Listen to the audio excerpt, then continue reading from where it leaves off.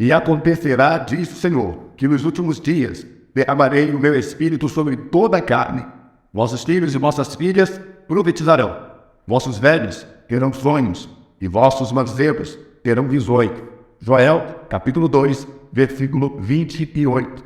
Mas de repente você deve estar se perguntando, pastor Roque, o que é que tem a ver este versículo de Joel 2, 28 com a temática da nossa lição de número 8, o avivamento espiritual no mundo? Eu já vou te explicar sobre isso após a nossa vinheta. Então, vá aproveitando para deixar o seu like, a sua curtida, o seu comentário. Compartilhe também este vídeo com outros alunos e professores da Escola Bíblica. E não esquece de, no YouTube, acionar a sineta das notificações para que você possa receber mais vídeos como este. Vamos então após a vinheta e depois uma conversa rápida sobre o avivamento espiritual no mundo. Já volto.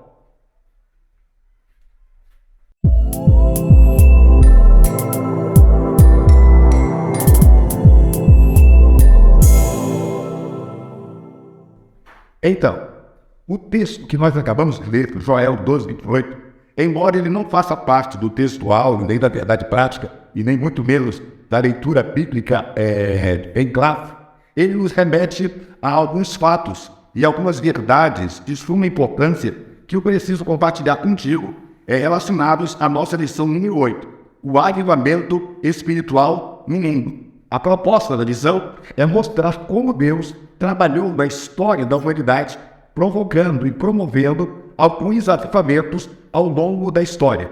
Mas é importante nós observarmos que o propósito cabal de Deus é que toda a humanidade seja avivada pelo seu Espírito.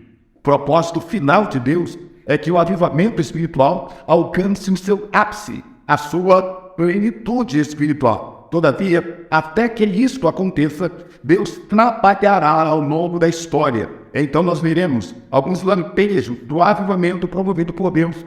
E eu fiz aqui algumas anotações que eu quero passar para você. Ponto número 1. Avivamento é um processo que se desenvolve em rumo à plenitude. Ponto número 2. Ao longo da história da humanidade, Deus avivou os judeus para que através dos judeus, Deus avivasse a igreja, para que através da igreja, Deus possa avivar a humanidade. Ponto número 3.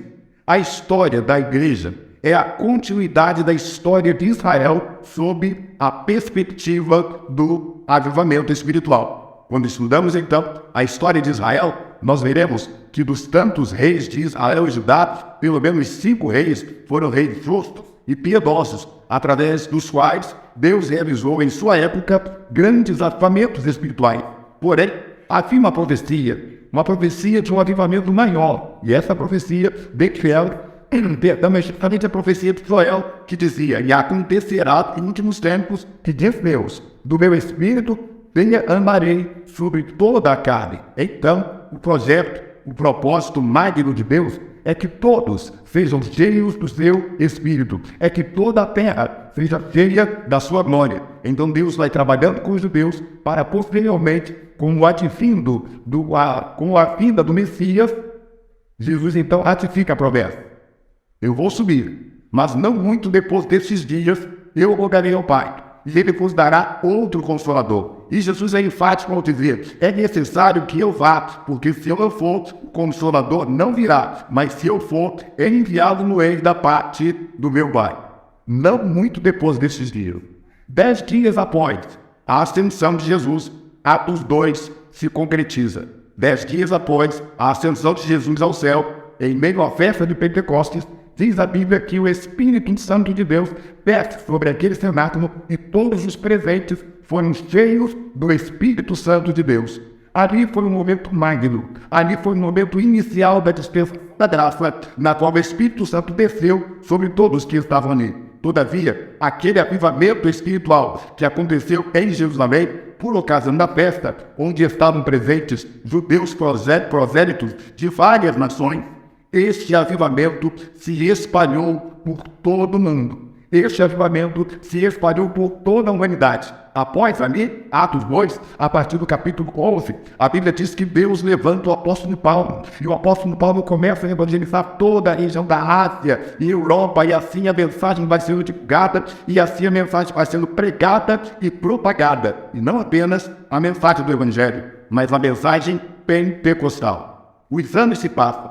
A nossa visão, ela se prende a mais ou menos o século 17 e 18 da era cristã. Todavia, é importante lembrar aos irmãos que ao longo de toda a história, Deus trabalhou para que a humanidade recebesse alguns lampejos de avivamento. Deus trabalhou na história, na época apostólica, na época dos pais da igreja, na época posterior aos pais da igreja, e em todos os anos, em todos os séculos, Deus foi trabalhando. Se lembra de Apocalipse, lá pelo capítulo 2 e 3, quando a Bíblia diz que o Senhor Jesus andava ou passeava no meio dos castiçais, considerando que os castiçais era a representação da fase espiritual, das fases espirituais da igreja. Logo, Jesus estava presente em todas as fases da igreja ao longo da história da humanidade, não apenas no século XVII, não apenas no século XVIII. A nossa lição, repito, se prende muito aos acontecimentos destes séculos, com os elementos, eu digo, com os personagens mais notáveis, como John Wesley, como Sailor, e vários outros, Charles Finney, e vários outros grandes homens heróis da fé que fizeram a diferença na sua geração, através dos quais o avivamento de Deus veio na Europa, na Inglaterra, nos Estados Unidos e até que chegou no Brasil em 1910, quando chega aqui Daniel Beck, Gunnar Wingren, com o movimento pentecostal e também com o surgimento das Assembleias de Deus no Brasil. Mas é certo que, ao longo de toda a história, Deus trabalhou para que este avivamento fosse visto, fosse contemplado, fosse presenciado, fosse protagonizado por todas as gerações. Lembrando aos alunos e professores que a lição trata de duas profecias parabólicas, a profecia de Ezequiel 37 e a profecia de Ezequiel 47. Em Ezequiel 37, a Bíblia nos fala da parábola, ou melhor, da visão do vale dos ossos secos. No capítulo 47, a visão é sobre as fontes torrenciais purificadoras. Tanto em uma profecia quanto em outra, a Bíblia é bem enfática ao nos mostrar que Deus trabalhou ao longo da história. Percebam os senhores, alunos e professores, que estas parábolas nos mostram que houve um processo para que o avivamento acontecesse. Por exemplo, na primeira visão, na visão do vale dos ossos secos, a história nos diz que aquilo que estava sequíssimo ganhou umidade. O que estava em silêncio deu lugar ao ruído. O que estava parado começou a se movimentar. Mas não confundam movimento com avivamento. Ali houve um movimento da parte de Deus, mas ainda não era o avivamento.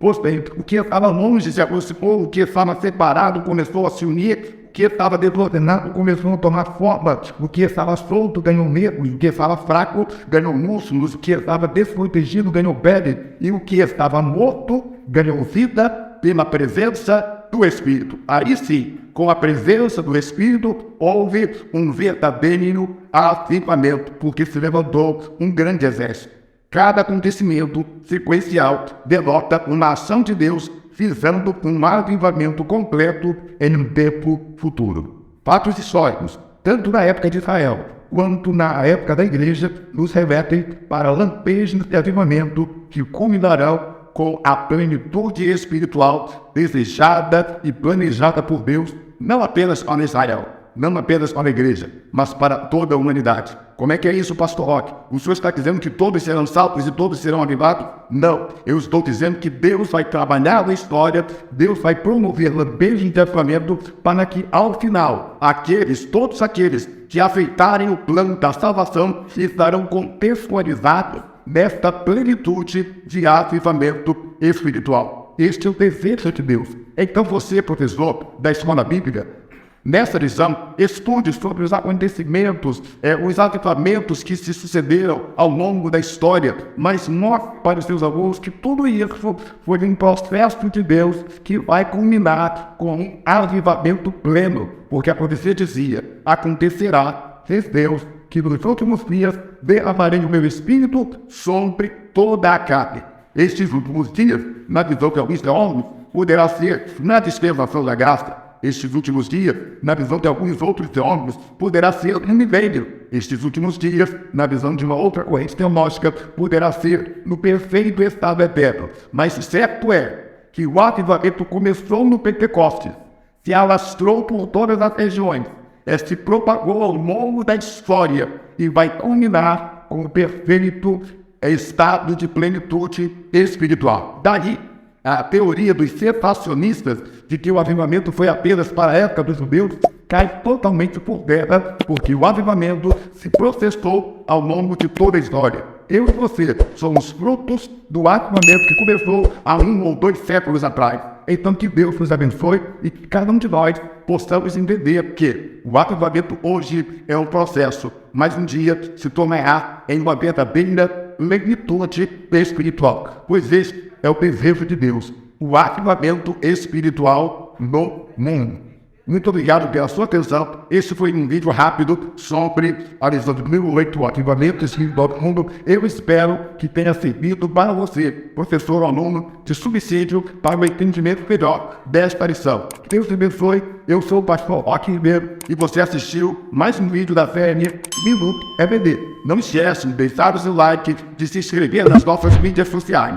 Roque Ribeiro Oficial, tudo junto, tanto no YouTube, quanto no Instagram, quanto no Facebook. Roque Ribeiro Oficial. Muitas pessoas assistem nossos vídeos e ainda não são inscritas nos nossos canais. Então, é rapidinho, é de graça, 0800. Clica no like, no gostei, se inscreva nos nossos canais e que Deus abençoe sua vida e o seu ministério. Muito obrigado. Deus te abençoe.